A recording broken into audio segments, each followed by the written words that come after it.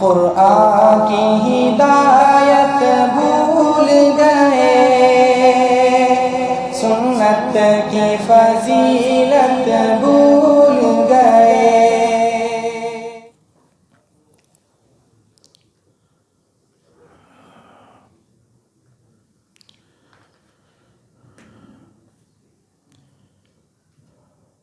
اعوذ باللہ من الشیطان الرجیم،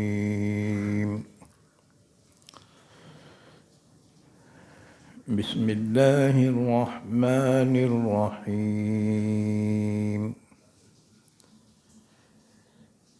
یا ایہا الذین آمنوا لا تقولوا راعنا وقولوا انظرنا واسمعوا وَلِلْكَافِرِينَ عَذَابٌ أَلِيمٌ۔ مَا يَوَدُّ الَّذِينَ كَفَرُوا مِنْ أَهْلِ الْكِتَابِ وَلَا الْمُشْرِكِينَ أَنْ يُنَزَّلَ عَلَيْكُمْ مِنْ خَيْرٍ مِنْ رَبِّكُمْ، واللہ یختص برحمتہ من یشاء، واللہ ذو الفضل العظیم۔ ما ننسخ من آیۃ او ننسها نأت بخیر منها او مثلها، أَلَمْ تَعْلَمْ أَنَّ اللَّهَ عَلَى كُلِّ شَيْءٍ قَدِيرٌ؟ أَلَمْ تَعْلَمْ أَنَّ اللَّهَ لَهُ مُلْكُ السَّمَاوَاتِ وَالْأَرْضِ، وَمَا لَكُم مِّن دُونِ اللَّهِ مِن وَلِيٍّ وَلَا نَصِيرٍ۔ أَمْ تُرِيدُونَ أَن تَسْأَلُوا رَسُولَكُمْ كَمَا سُئِلَ مُوسَى مِن قَبْلُ، وَمَن يَتَبَدَّلِ الْكُفْرَ بِالْإِيمَانِ فَقَدْ ضَلَّ سَوَاءَ السَّبِيلِ۔ وَدَّ كَثِيرٌ مِّنْ أَهْلِ الْكِتَابِ لَوْ يَرُدُّونَكُم مِّن بَعْدِ إِيمَانِكُمْ كُفَّارًا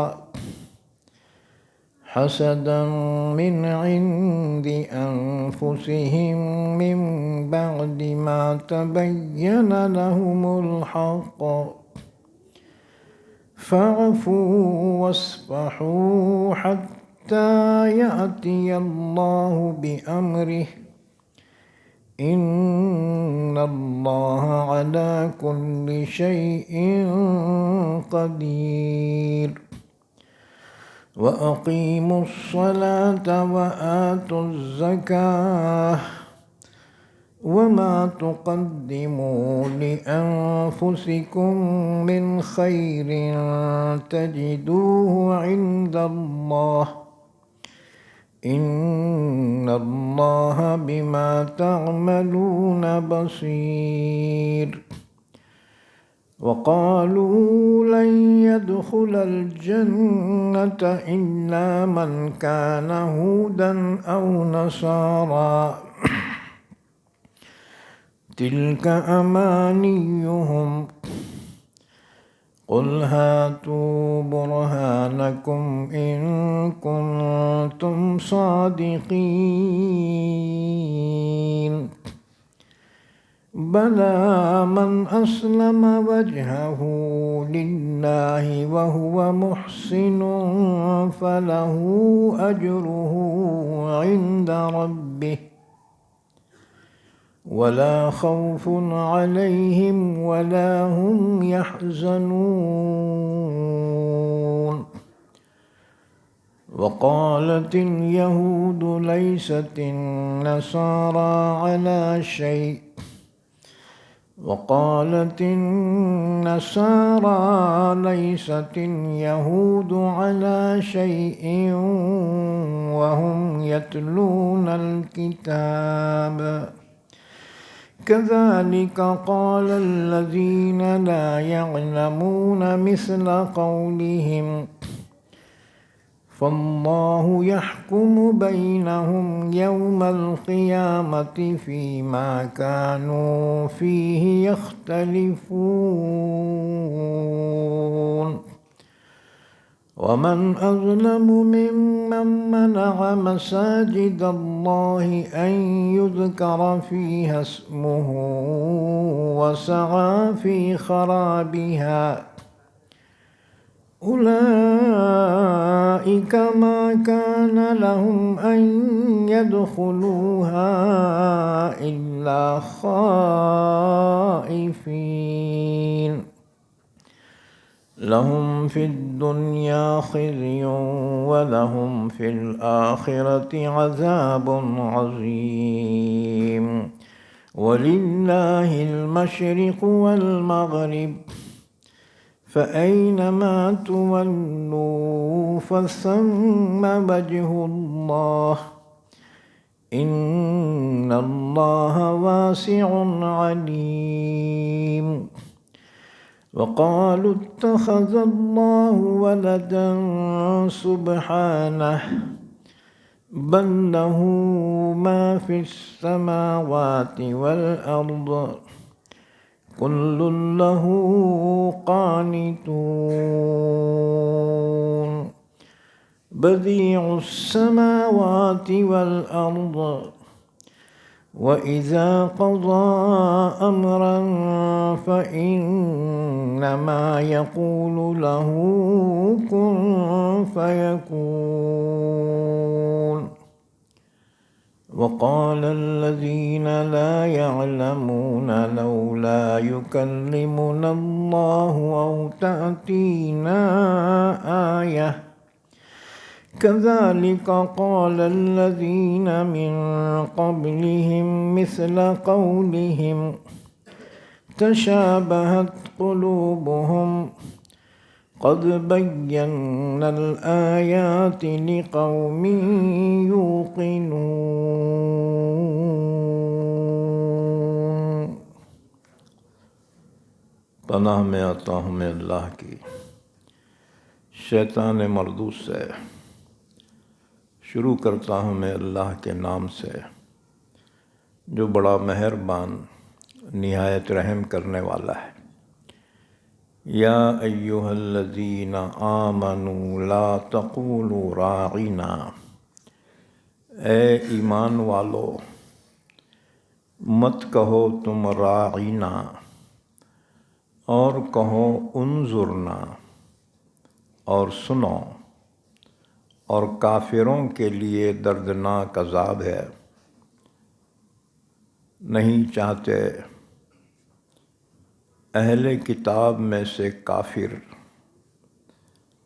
اور نہ مشرکین کہ نازل کی جائے تم پر کوئی بھلائی تمہارے رب کی جانب سے، اور اللہ خاص کرتا ہے اپنی رحمت کے ساتھ جس کو چاہے، اور اللہ بہت بڑے فضل والا ہے۔ جو منسوخ کرتے ہیں ہم کوئی آیت یا اسے بھلا دیتے ہیں تو ہم لے آتے ہیں اس سے بہتر یا اسی جیسی۔ اے مخاطب، کیا تو نہیں جانتا کہ اللہ ہر چیز پر قادر ہے؟ کیا تو نہیں جانتا کہ اللہ ہی کے لیے ہے آسمانوں اور زمینوں کی بادشاہت، اور تمہارے لیے اللہ کے علاوہ نہ کوئی یار ہے اور نہ کوئی مددگار۔ کیا تم چاہتے ہو اپنے رسول سے ایسے سوالات کرو جیسا کہ اس سے پہلے موسیٰ سے سوالات کیے گئے، اور جو شخص ایمان کے بدلے میں کفر کو اختیار کرے گا تو یقیناً وہ گمراہ ہوگا سیدھی راہ سے۔ بہت سے اہل کتاب چاہتے ہیں کہ تم کو تمہارے ایمان کے بعد کافر بنا کر لوٹا دیں، محض ان کے دلی حسد کی وجہ سے، بعد اس کے کہ ظاہر ہو چکا ان کے لیے حق، لہذا تم معاف کر دو اور درگزر کر دو یہاں تک کہ لے آئے اللہ اپنا حکم، بے شک اللہ ہر چیز پر قادر ہے۔ اور نماز قائم کرو اور زکوٰۃ ادا کرو، جو تم کوئی نیکی آگے بھیجو اپنے لیے تو اس کو تم پاؤ گے اللہ کے پاس۔ جو تم کر رہے ہو بے شک اللہ اس کو دیکھنے والا ہے۔ اور ان لوگوں نے کہا ہرگز داخل نہیں ہوگا کوئی جنت میں سوائے اس کے جو یہودی ہو یا نصارہ ہو، یہ محض ان کی آرزوئیں ہیں۔ آپ کہہ دیجئے نبی صلی اللہ علیہ وسلم، لے آؤ تم اپنی سند اگر تم سچے ہو۔ ہاں کیوں نہیں، جس نے جھکا دیا اپنے آپ کو اللہ کے لیے، حال یہ کہ وہ نیک کار ہو تو اس کے لیے اس کا اجر ہے اس کے رب کے پاس، اور ان لوگوں پر نہ کوئی خوف ہے اور نہ وہ غمگین ہوں گے۔ اور یہودیوں نے کہا کہ نصارہ کسی چیز پر نہیں ہیں، اور نصارہ نے کہا کہ یہودی کسی چیز پر نہیں ہیں، حالانکہ وہ سب کتاب کی تلاوت کرتے ہیں۔ اسی طرح سے کہا ان لوگوں نے جو علم نہیں رکھتے انہی کی قول کی طرح، بس اللہ فیصلہ کرے گا ان کے درمیان قیامت کے دن، جس کے بارے میں وہ اختلاف کیا کرتے ہیں۔ اور اس سے بڑا ظالم کون ہوگا جو اللہ کی مسجدوں میں اللہ کا نام ذکر کیے جانے سے روک دے اور کوشش کرے مسجدوں کی ویرانی میں۔ یہ وہ لوگ ہیں ان کے لیے مناسب نہیں تھا کہ وہ مسجدوں میں داخل ہوں، ہاں مگر ڈرتے ہوئے۔ ان کے لیے دنیا میں ذلت ہے اور ان کے لیے آخرت میں بہت بڑا عذاب ہے۔ اور اللہ ہی کے لیے ہے مشرق اور مغرب، بس جس جانب بھی تم رخ کرو گے اسی جانب اللہ کا رخ ہے، بے شک اللہ وسعت والا جاننے والا ہے۔ اور ان لوگوں نے کہا کہ اللہ نے اولاد بنا رکھی ہے، پاک ہے اللہ کی ذات، بلکہ اسی کا ہے جو کچھ آسمانوں میں ہے اور زمین میں ہے، تمام اسی کے فرما بردار ہیں۔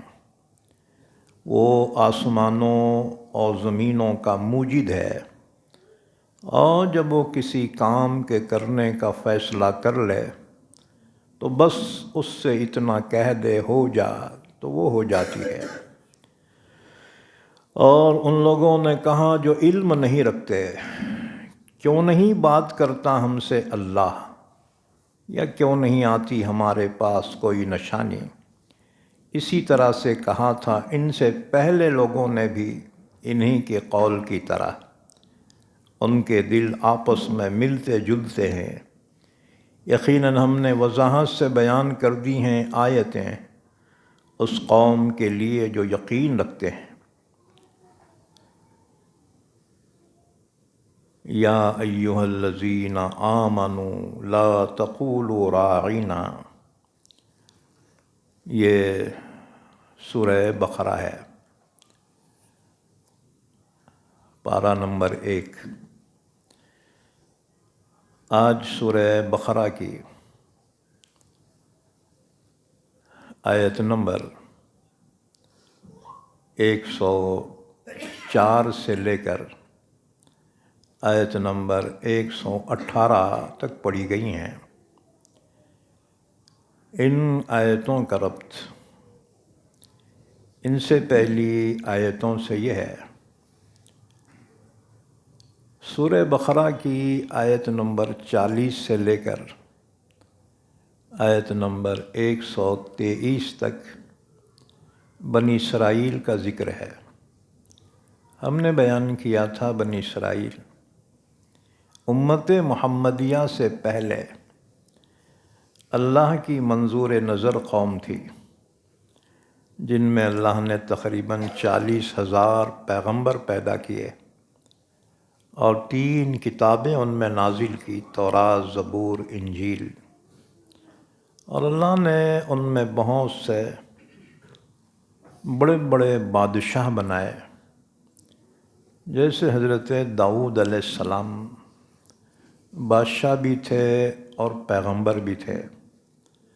ان کے صاحبزادے حضرت سلیمان علیہ السلام پیغمبر بھی تھے اور اتنے بڑے بادشاہ تھے، دنیا میں اتنا بڑا بادشاہ کوئی نہیں گزرا اور نہ قیامت تک کوئی اس طرح سے ہوگا۔ تمام دنیا پر جن کی حکومت تھی، تمام انسانوں پر، تمام جناتوں پر، شیاطین پر، چرند پرند درند پر، حشرات الارض، کیڑے مکوڑے، تقریباً مخلوقات پر ان کی حکومت تھی۔ اتنے بڑے بادشاہ حضرت سلیمان علیہ السلام۔ ہم نے بیان کیا تھا دنیا میں اوریجنل سپر پاور صرف 4 ہوئے ہیں، 5واں ابھی تک کوئی نہیں ہوا۔ ان میں 2 ایمان والے ہیں اور 2 کافر ہیں۔ 2 ایمان والے حضرت سلیمان علیہ السلام اور دوسرے ذوالقرنین، جن کا ذکر اللہ نے سورہ کہف میں فرمایا 16ویں پارے میں، وَيَسْأَلُونَكَ عَنْ ذِي الْقَرْنَيْنِ۔ اور 2 کافر تھے، ایک نمرود جو ابراہیم علیہ السلام کے زمانے کا بادشاہ تھا، اور دوسرے بخت نصر جو بابل ہی کا رہنے والا تھا۔ پوری دنیا پر ان کی حکومت تھی، تمام بادشاہ ان کے ماتحت تھے۔ تو اللہ نے بنی اسرائیل کو بہت نوازا تھا، جس کا تقاضا یہ تھا کہ وہ اللہ کا شکر ادا کرتے اور اللہ کی اطاعت و فرما برداری کرتے۔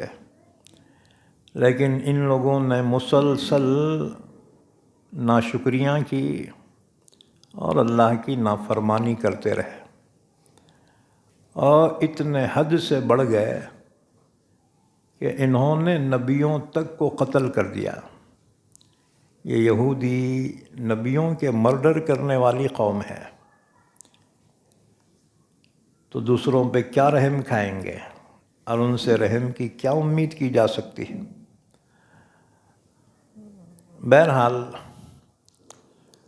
اس سے پہلی آیت میں بیان کیا گیا تھا کہ یہ یہودی بنی اسرائیل اصل میں خاندانی نام ہے اور یہودی مذہبی نام ہے۔ تو یہ لوگ اللہ کی اور اس کے رسولوں کی اطاعت کرنے کے بجائے جادو کے چکر میں پڑ گئے تھے۔ واتبعوا ما تتلو الشياطين على ملك سليمان وما كفر سليمان ولكن الشياطين كفروا يعلمون الناس السحر۔ دو قسم کے جادو یہودیوں نے حاصل کیے۔ ایک تو وہ جادو جو فلسطین میں حضرت سلیمان کے زمانے میں جنات و شیاطین کیا کرتے تھے، وہ جادو کی کتابیں یہودیوں کے ہاتھ لگ گئی۔ اور دوسرے قسم کا جادو وما انزل علی الملکین ببابل ہاروت و ماروت، بابل میں حضرت ادریس علیہ السلام کے دور میں دو فرشتے اللہ نے زمین پر اتارے تھے، وہ لوگوں کو جادو سکھاتے تھے۔ فرشتے جادو کیوں سکھاتے تھے؟ اس لیے کہ لوگ اس زمانے میں کنفیوژن میں پڑ گئے تھے کہ جادو اور معجزے میں فرق نہیں کر پا رہے تھے، اس لیے جادو کو معجزہ سمجھتے تھے، معجزے کو جادو سمجھتے تھے۔ اسی طرح سے پیغمبر کو جادوگر کہتے تھے اور جادوگر کو پیغمبر کہتے تھے۔ تو یہ دونوں میں فرق کرنے کے لیے اللہ نے باضابطہ دو فرشتوں کو زمین پہ اتارا تھا، تاکہ لوگوں کو معلوم ہو جادو کیا ہے اور معجزہ کیا ہے۔ بہرحال وہ جادو یہودیوں کے ہاتھ لگ گیا، اس لیے یہودی دو قسم کے جادو کے وارث بن گئے، اور بجائے اللہ اس کے رسول کی اطاعت کرنے کے جادو ٹونے کی چکر میں پڑ گئے۔ جیسے آج کل بہت سے لوگ چھوچھا کے چکر میں پڑ گئے، کیونکہ کمیٹیاں تنخواہ کم دے رہے نا جی، مولویوں نے کہا یار گھر بھی اپنا چلنا چاہیے، تو انہوں نے سائیڈ بزنس لے لیا۔ جادو تو خیر نہیں کرتے ہوں گے، لیکن چھوچھا کے چکر میں پڑ گئے، خاص طور سے وہ خزانے کے چکر میں پڑ گئے۔ بہرحال جنات و شیاطین نے سلیمان علیہ السلام کے زمانے میں جو جادو ٹونے کی کتابیں لکھی تھی، سلیمان علیہ السلام کو جب پتہ چلا، آپ نے حکم دیا پوری کتابیں ضبط کر لو۔ پوری کتابیں ضبط کر لی، ایک صندوق میں ان کتابوں کو بند کر کے اپنے کرسی کے نیچے ان کو دفن کرا دیا، تاکہ پھر کوئی جادو ٹونا نہ کرے۔ سلیمان علیہ السلام 13 سال کی عمر میں اپنے والد کے جانشین بنے۔ وَوَرِثَ سُلَيْمَانُ دَاؤُودَ،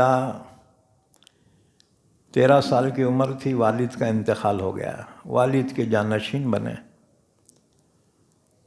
اور اس کے بعد بادشاہ بنے۔ 40 سال تک انہوں نے حکومت کی، 53 سال کی عمر میں انتقال ہو گیا حضرت سلیمان علیہ السلام کا۔ بہت بڑے پیغمبر بھی تھے، بہت بڑے بادشاہ بھی تھے۔ تو آپ کے انتقال کے بعد یہ جنات اور شیاطین آزاد ہو گئے، آزاد ہو کر سلیمان کے خلاف انہوں نے افواہ پھیلائی کہ سلیمان کی اتنی بڑی حکومت کا راز کیا ہے معلوم؟ ان کی کرسی کے نیچے کھود کے دیکھو۔ اچھا، خود تو ان کے کرسی کے قریب نہیں آ سکتے تھے، کوئی جن اور شیطان سلیمان علیہ السلام کی کرسی کو ٹچ کرتا نا، ایک دم جل جاتا تھا۔ جیسے ہم کرنٹ کو ٹچ کرے تو مر جاتے نہیں مر جاتے، ایسی جنات و شیاطین سلیمان علیہ السلام کی کرسی کو ٹچ کرتے ہی جل جاتے تھے، اس لیے لوگوں کو انہوں نے کہا تم کھود کے نکالو۔ اب لوگوں نے جب کھودا تو اندر صندوق نکلا، اور صندوق میں جادو کی کتابیں نکلی۔ تو جنات و شیاطین نے افواہ پھیلائی سلیمان کی حکومت جادو کے زور پہ تھی، اسی لیے یہودی سلیمان علیہ السلام کو پیغمبر نہیں مانتے، بلکہ کہتے ہیں وہ جادوگر تھے، نعوذ باللہ، یہ الزام لگایا ان پر۔ اللہ تعالیٰ نے حضرت محمد صلی اللہ علیہ وسلم پر قرآن نازل فرمایا، اور قرآن میں حضرت سلیمان کو کلین چٹ دے دی۔ فرمایا وَمَا كَفَرَ سُلَيْمَانُ وَلَكِنَّ الشَّيَاطِينَ كَفَرُوا يُعَلِّمُونَ النَّاسَ السِّحْرَ۔ سلیمان نے کفر نہیں کیا، یعنی یہاں کفر سے مراد جادو ہے، کیونکہ جادو کرنا کفر ہے، اس لیے کہ جادو میں جنات و شیاطین سے مدد لی جاتی ہے۔ اس میں ایسے منتر ہوتے ہیں جادو ٹونے میں کہ جس میں شیاطین سے مدد لی جاتی ہے، اور یہ کفر ہے۔ تو اللہ نے حضرت محمد صلی اللہ علیہ وسلم پر قرآن نازل فرمایا، اور اس میں حضرت سلیمان کو کلین چٹ دے دی، باعزت بری کرا دیا کہ یہودی جھوٹ کہتے ہیں۔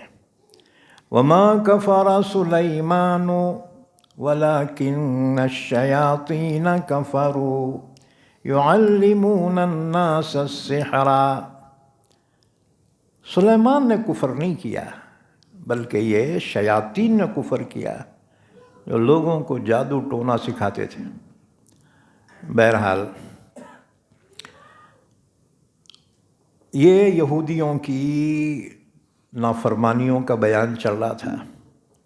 آج ہم نے جو آیتیں تلاوت کی ہیں ان میں سے پہلی آیت میں یہودیوں کی اور ایک شرارت اور اسلام دشمنی کو بیان کیا جا رہا ہے۔ ایک بات یاد رکھو، قرآن کریم نے ایمان والوں کو آگاہ کیا کہ تمہارے دوست کون ہیں اور تمہارے دشمناں کون ہیں۔ اللہ نے فرمایا، چھٹے پارے کی آخری آیت ہے، لَتَجِدَنَّ أَشَدَّ النَّاسِ عَدَاوَةً لِلَّذِينَ آمَنُوا الْيَهُودَ وَالَّذِينَ أَشْرَكُوا۔ ضرور بالضرور پائیں گے آپ ایمان والوں کے سب سے شدید دشمن یہودی، اور دوسرے نمبر پر مشرکین۔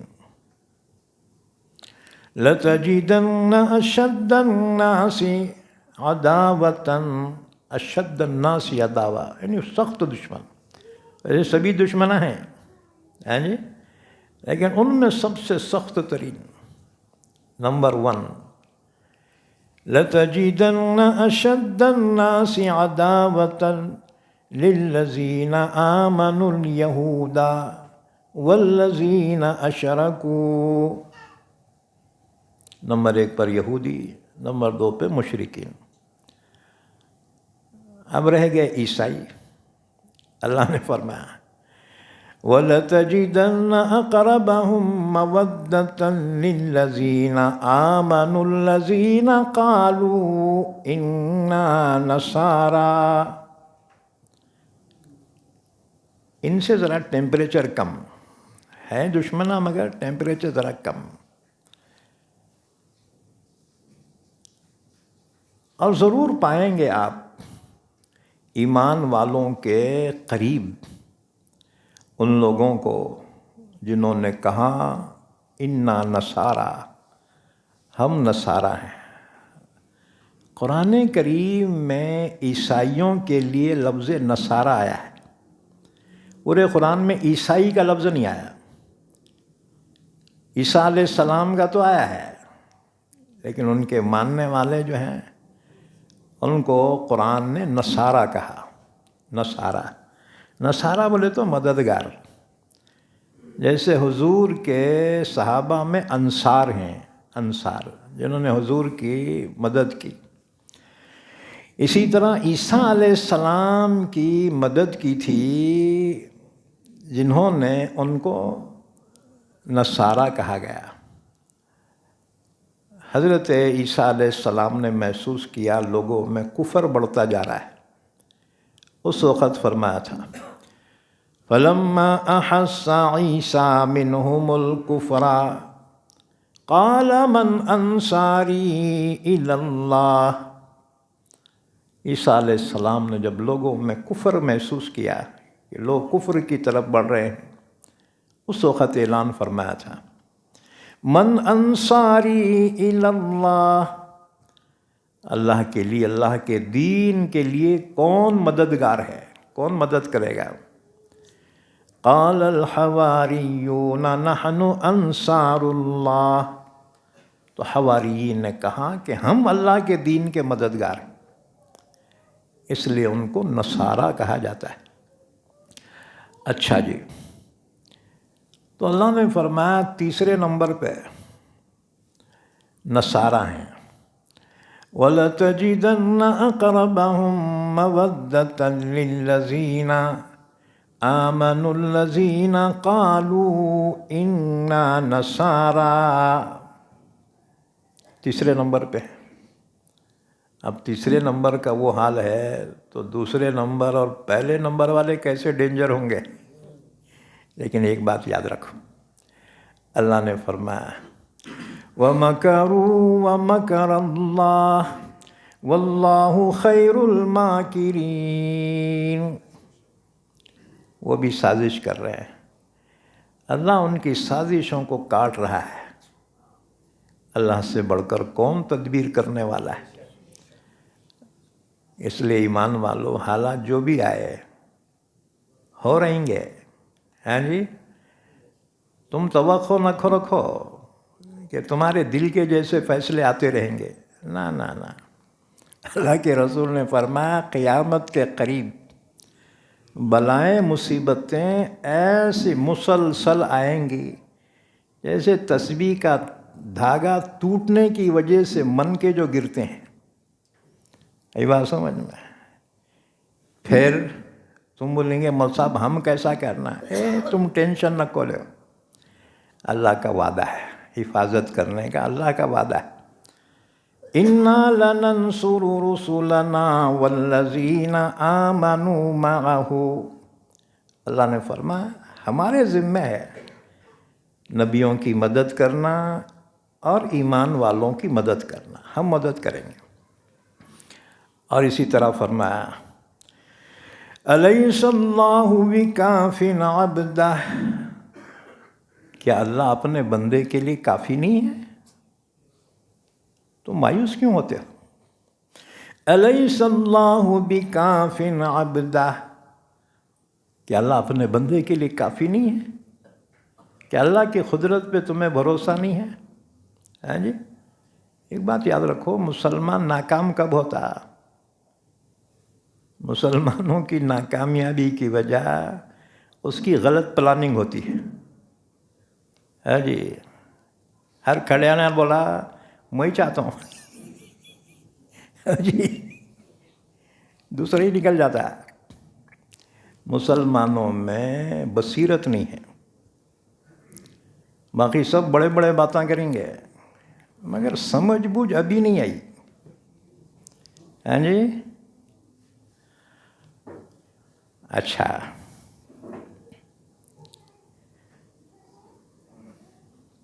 ایک شاعر نے عجیب بات کہی. عربوں کے حالات اور غیر عربوں کے حالات اس نے کہا.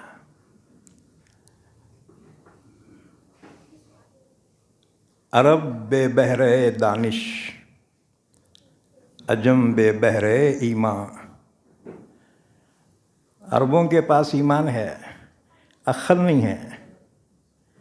ہاں جی، عرب بے بہرے دانش، عجم بے بہرے ایمان۔ اجمیوں کے پاس عقیدے خراب، اوریجنل ایمان نہیں ہے، ہاں جی۔ بہیں آغاز دونوں کا برا انجام ہے ساقی، یہی دو چیزیں دونوں کو ناکام کر دیتی ہیں۔ بہرحال اللہ ایمان والوں کو سمجھ بوجھ عطا فرمائے۔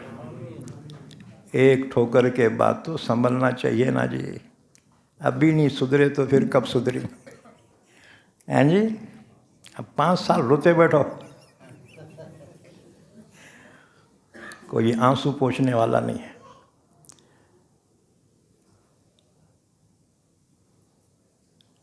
ایک شاعر اور کہتا ہے، یہ شاعرہ میں بڑی اونچی چیز ہوتی ہے، کہتا ہے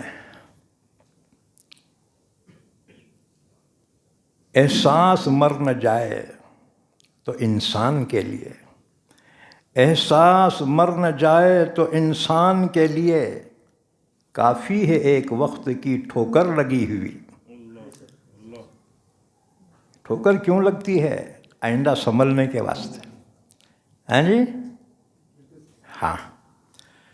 احساس مر نہ جائے تو انسان کے لیے کافی ہے ایک وقت کی ٹھوکر لگی ہوئی۔ بہرحال اللہ ہمیں بھی احساس نصیب فرمائے، اللہ ہمیں شعور عطا فرمائے۔ بہرحال گوشت کھاتے نہ زیادہ، دماغ گرم، سوچ سمجھ نہیں ہے، جذبات میں آتے ہیں اور ٹھوکر لگتی ہے، پھر روتے بیٹھتے ہیں جی۔ اللہ نے جنگ احد کا واقعہ قرآن میں بیان کیا کہ جنگ احد میں اللہ نے فرمایا ہم نے تو اپنا وعدہ پورا کیا تھا، جب دشمن کے قدم اکھڑ گئے تھے، لیکن تم نے نبی کی ایک بات نہیں مانی۔ اس ٹیلے پر 50 تیر اندازوں کو بٹھایا تھا، تم یہاں پر رہنا، ہم جنگ جیتے یا ہارے، یہاں سے ہٹنا نہیں۔ جب انہوں نے دیکھا جنگ جیت گئے ہیں، مال غنیمت حاصل کیا جا رہا ہے، تو ہم کیوں بیٹھنا اوپر، نیچے اتر گئے۔ دشمن اسی جو ہے ٹرننگ پوائنٹ پر نظر تھی، اس نے برابر وہ ٹرننگ پوائنٹ پہ حملہ کیا۔ اس وقت خالد ابن ولید مسلمان نہیں ہوئے تھے، 200 گھوڑ سواروں کے لشکر کی کمان کر رہے تھے۔ اس پہاڑ پہ انہوں نے حملہ کیا، سارے شہید ہو گئے، اور پلٹ کے پھر وار ہوا دونوں جانب سے، اور فتح شکست میں بدل گئی۔ اللہ نے فرمایا یہ کس کی وجہ سے ہوا؟ تم نے کہا انا ھذا، یہ کیا ہو گیا؟ قل ہوا من عند انفسکم، اللہ نے فرمایا یہ تمہاری غلطی کی وجہ سے ہوا ہے۔ یہ بات سمجھ میں؟ تو قرآن میں ایمان والوں کے لیے رہبری ہے، قرآن پڑھو، قیامت تک آنے والے حالات کے متعلق قرآن نے رہنمائی کی، اس وقت کیا جو ہے تمہیں ایکشن لینا ہے، کیا فیصلے کرنا ہے۔ لیکن ہمارے کو تو فرصت ہی نہیں قرآن پڑھنے کی، قرآن سمجھ کے پڑھو۔ ہاں جی، تم بولیں گے ہمارے کو عربی نہیں آتی موسیٰ، خیر کوئی بات نہیں ہے، اب ہمارے زمانے میں ایسے اسباب پیدا ہو گئے ہیں۔ ہمارے ایک بزرگ نے یہ چٹھی دی انہوں بولے صرف 24 تا 48 گھنٹے میں قرآن کا ترجمہ سیکھ سکتے ہیں آپ، صرف ہر اتوار کو صبح 11 تا دوپہر 1 بجے تک، اس کی ٹائمنگ رکھی۔ کیا نام آپ کا بزرگ کا؟ شمس الحسن صاحب۔ اچھا، 1 دسمبر سے نئی بیچ شروع ہونے جا رہی ہے۔ یہ مقام ہے انتی حال، قومی پرچم کے عقب میں کرانتی چوک، عثمان پورہ۔ ہاں جی، بہرحال ہمیں قرآن سمجھنے کے لیے کوشش کرنا چاہیے۔ الحمدللہ آپ باذوق حضرات ہیں، قرآن کی محفل میں آپ تشریف لا رہے ہیں، ہاں جی۔ اب بہت سارے لوگوں کو فرصت ہی نہیں ہے، میرے کو نیندی چاہ رہی تھی، بہت سردی چھو رہی تھی، پھر قرآن سمجھو گے کب؟ ہاں جی، کچھ نہ کچھ قربانی دینی پڑیں گی نا جی۔ مہینے میں کیا 2 گھنٹے نہیں لگا سکتے؟ وہ عرصہ میں خوالہ رہندے رات بھر جگتے۔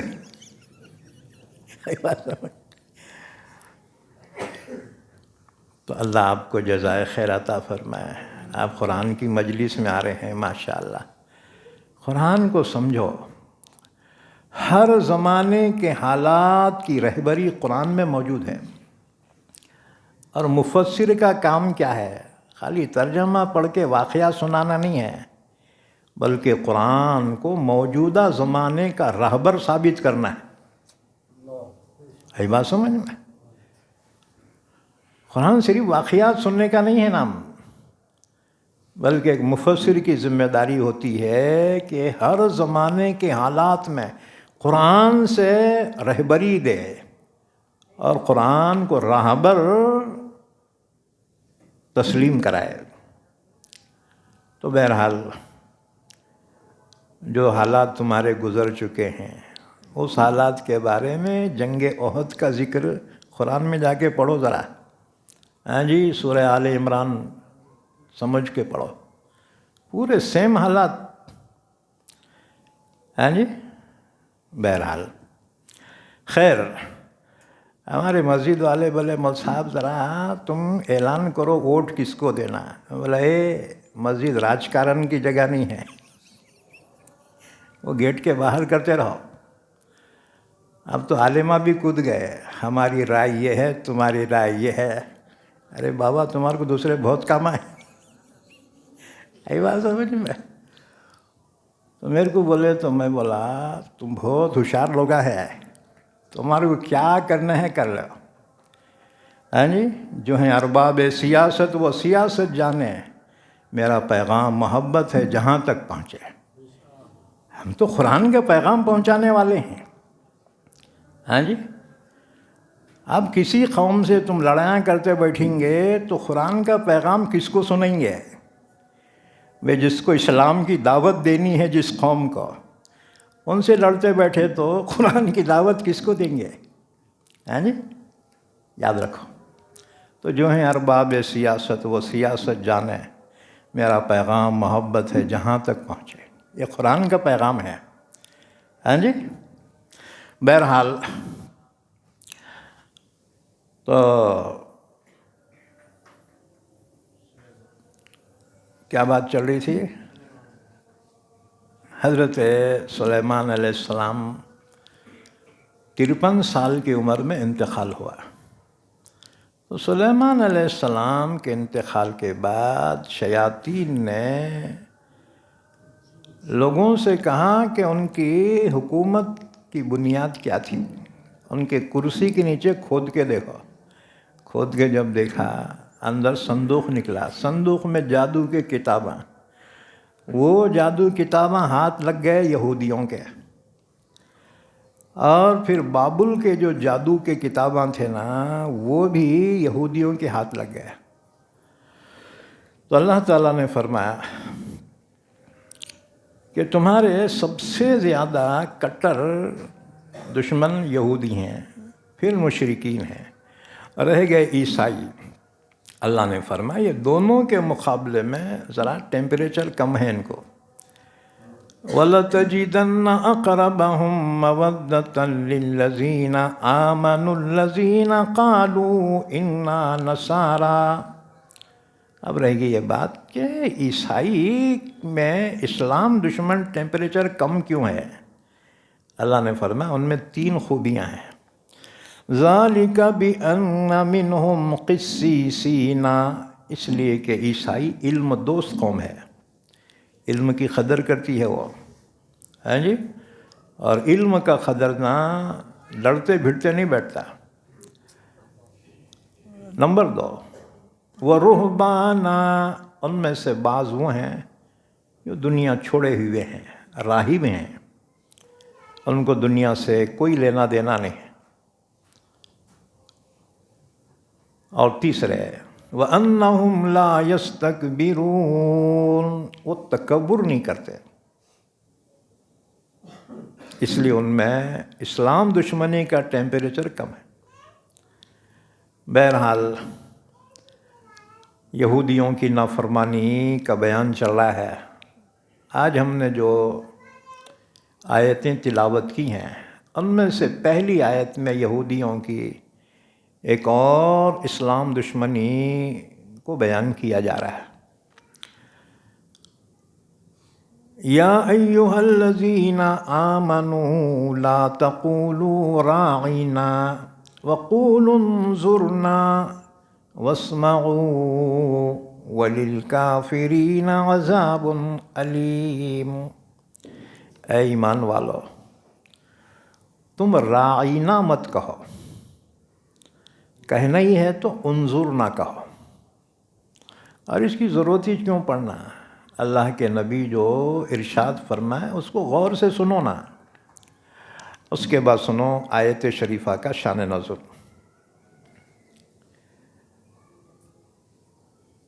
رسول اللہ صلی اللہ علیہ وسلم کی خدمت میں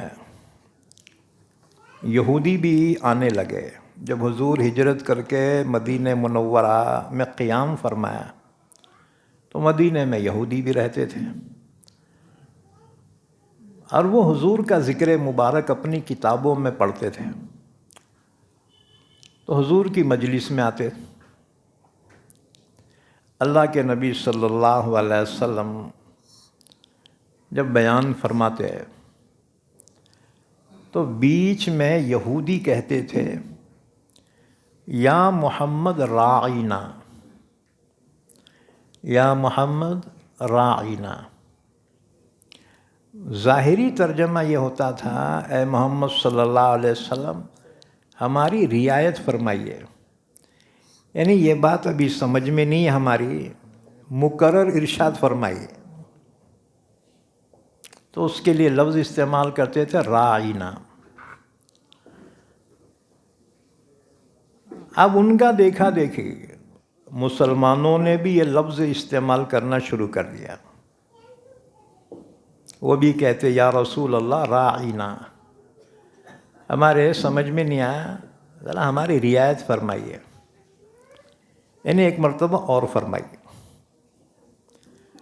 یہودی جب دیکھے مسلمان بھی یہ لفظ بول رہے ہیں تو مجلس سے جا کے آپس میں خوب جو ہے ہنستے تھے کہ دیکھا اب تو مسلمانہ بھی یہ لفظ بول رہے ہیں، کیونکہ راعینا کے دو معنی آتے ہیں۔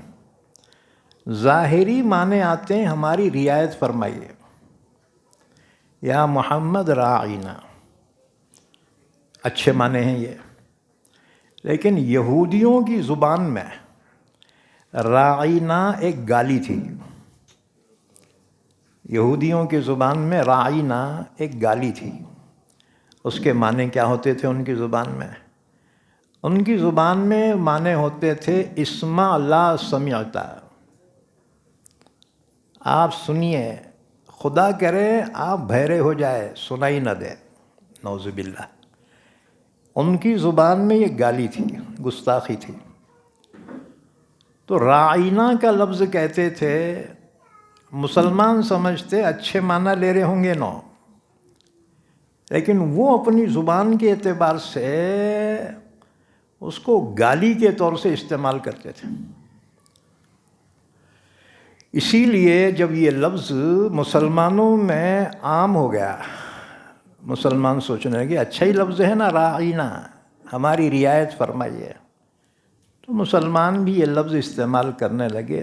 یہودی مجلس سے جا کر اپنے مجلس میں ہنسی اڑاتے تھے، دیکھا اب تو مسلمانہ بھی یہ لفظ بولنے لگے۔ حضرت سعد رضی اللہ تعالیٰ عنہ کو اس راز کا پتہ چل گیا کہ یہ بیٹے حضور کی گستاخی کے لیے یہ لفظ استعمال کر رہے ہیں۔ حضرت سعد تلوار لے کے آ گئے،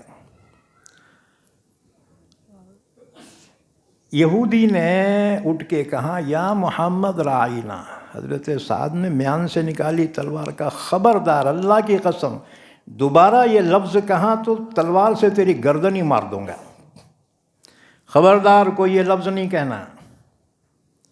یہودی کہنے لگے سردار کیوں؟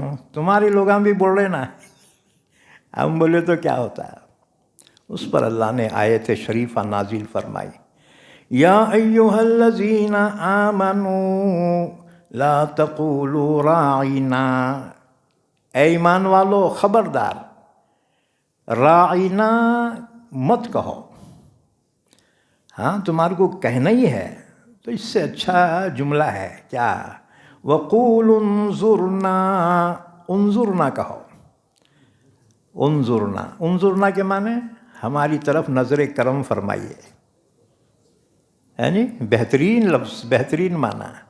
اچھا اس میں ڈبل معنی نہیں ہو سکتے، جیسے راعینا میں ہوتے تھے نا ڈبل معنی، یہودی اس کا غلط فائدہ اٹھاتے تھے۔ اللہ نے فرمایا راعینا مت کہو، کیونکہ بعض الفاظ خود کافر ہوتے ہیں، بعض الفاظ میں خود کفر ہوتا ہے۔ جیسے مسلمان بھی اوروں کی طرح کہتے ہیں نمستے، نمستے کے معنی کیا ہے؟ یہ سنسکرت کا لفظ ہے۔ نمستے کے معنی نمستک ہونا، نمستے کے معنی ہے میں اپنا سر تمہارے قدموں پہ رکھتا ہوں، ہاں جی، اس لیے یاد رکھو اگر تمہارے کو تعلقاتی ہے تو آداب عرض ہے کہو، پہلے لوگ بولتے آداب عرض ہے، تو آداب عرض ہے، اس میں کوئی کفر نہیں ہے، یہ بات سمجھ میں؟ تو بعض الفاظ خود کافر ہیں، جیسے کہ یہ لفظ راعینا، اللہ نے یہ لفظ استعمال کرنے سے منع کیا۔ ہاں اس کی جگہ اچھا لفظ استعمال کرو جس میں کسی کو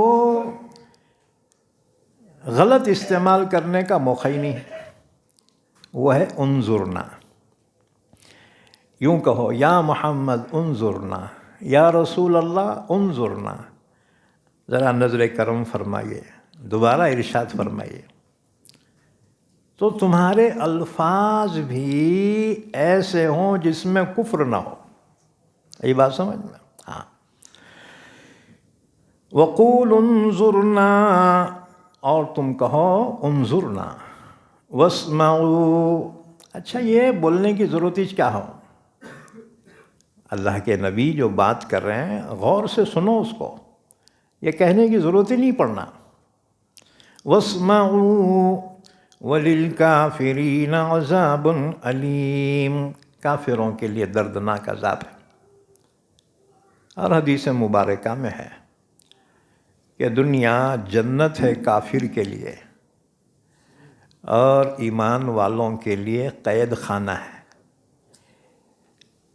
جیل خانے میں کیا رہتا ہے؟ جو کھلائے کھانا پڑتا ہے۔ میں گھر میں جو ہے وہ آملیٹ کھاتا تھا، میں یہ کھاتا تھا، چکن 65، میں بولتے تو جیل خانے میں ہے بیٹا، تو جیل خانے میں جو کھلائے وہ کھانا پڑتا ہے، اور جو کپڑے پہنا ہے وہ پہننا پڑتا ہے، یہ بات سمجھ میں؟ اور جو بیرک میں رکھے وہاں رہنا پڑتا ہے، اس میں مرضی نہیں چلتی۔ اور جنت میں جو چاہے وہ، وَلَكُمْ فِيهَا مَا تَشْتَهِي أَنفُسُكُمْ وَلَكُمْ فِيهَا مَا تَدَّعُونَ، جنت میں تمہاری مرضی چلیں گی۔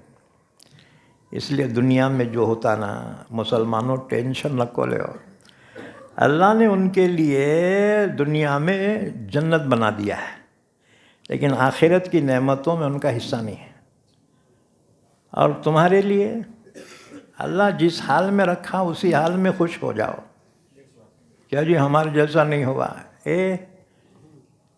خدا کے فیصلے پہ راضی ہو جاؤ، یہ بات سمجھ میں؟ اس لیے کبھی مایوس نہیں ہونا، ٹھیک ہے؟ اپنی غلطیوں کو دوبارہ نہ کو دہراؤ، یہ بات سمجھ میں؟ دوبارہ ذرا شعور رکھو، بصیرت رکھو، ہاں جی، جذبات میں، مفاد میں، تعصب میں جو غلط فیصلے ہوتے ہیں نا، زندگی بھر پچھتانا پڑتا ہے، ہاں جی، لمحوں نے خطا کی تھی، صدیوں نے سزا پائی۔ اس لیے ایمان والے سوچ سمجھ کے ہر کام کرو، لیکن فائنل وہی ہوتا ہے جو منظور خدا ہوتا ہے۔ بہرحال مایوس ہونے کی ضرورت نہیں ہے، سر سلامت تو پگڑی ہزار، اللہ اور کامیابیاں تمہیں عطا فرمائے گا۔ اصل میں قرآن بندوں کو حوصلہ دلاتا ہے۔ قرآن کی ہدایت بھول گئے، سنت کی فضیلت